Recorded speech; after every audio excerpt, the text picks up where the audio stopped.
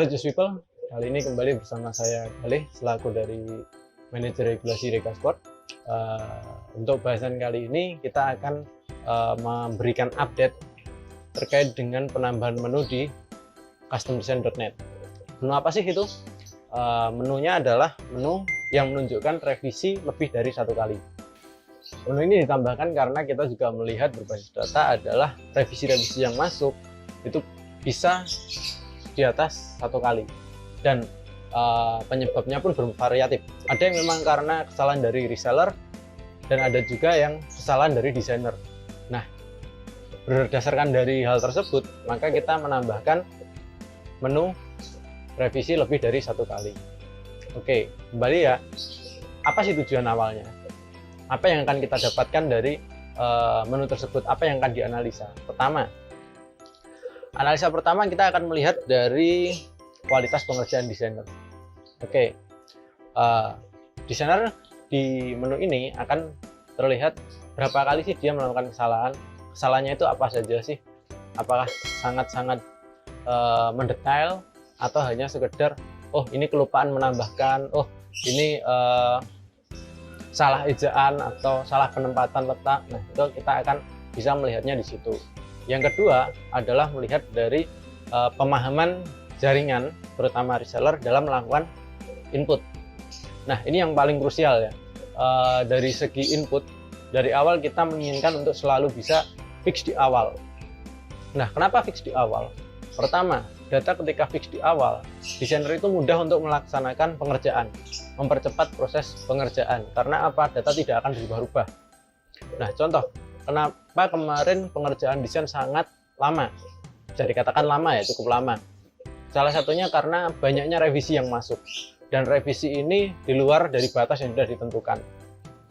Contohnya, merubah-rubah data PO, seperti merubah logo, terus menambah atribut teks. Itu kan sebenarnya tidak diperbolehkan. Karena apa? Karena harus merubah data PO awal, dan itu memakan waktu. Nah, dari segi inilah kita akan melihat pemahaman dari reseller.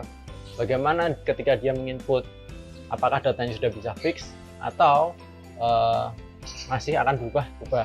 Kalau ingat, kalau masih akan berubah, itu akan memperlambat proses pengerjaan. Nah, sebenarnya kembali lagi, fix di awal. Bagaimana sih caranya untuk bisa fix di awal? Nah, di Regasport kita akan berbicara mengenai metode BCL. Itu apa? Benar, cepat, dan luas serta nyaman ya. Nah, benar di sini adalah kita harus bisa memberikan informasi terlebih dahulu apa yang disediakan di sistem. Jadi harus paham sistem ya.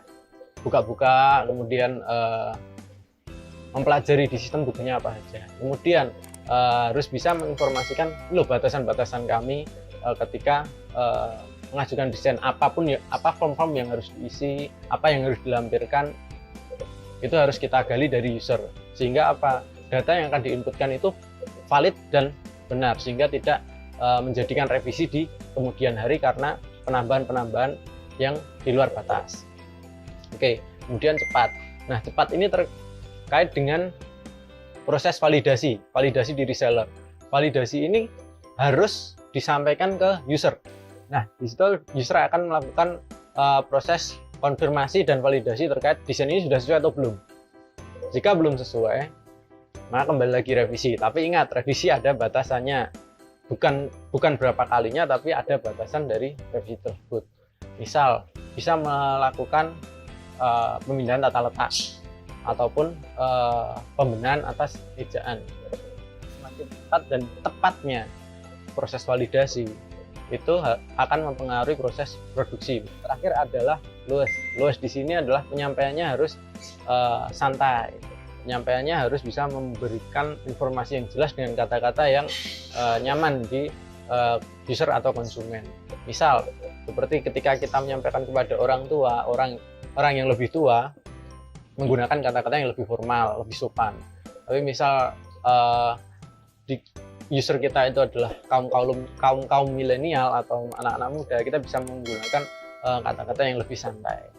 Jadi ingat, BCL salah satu metode untuk bisa mendapatkan data awal yang fix dan benar.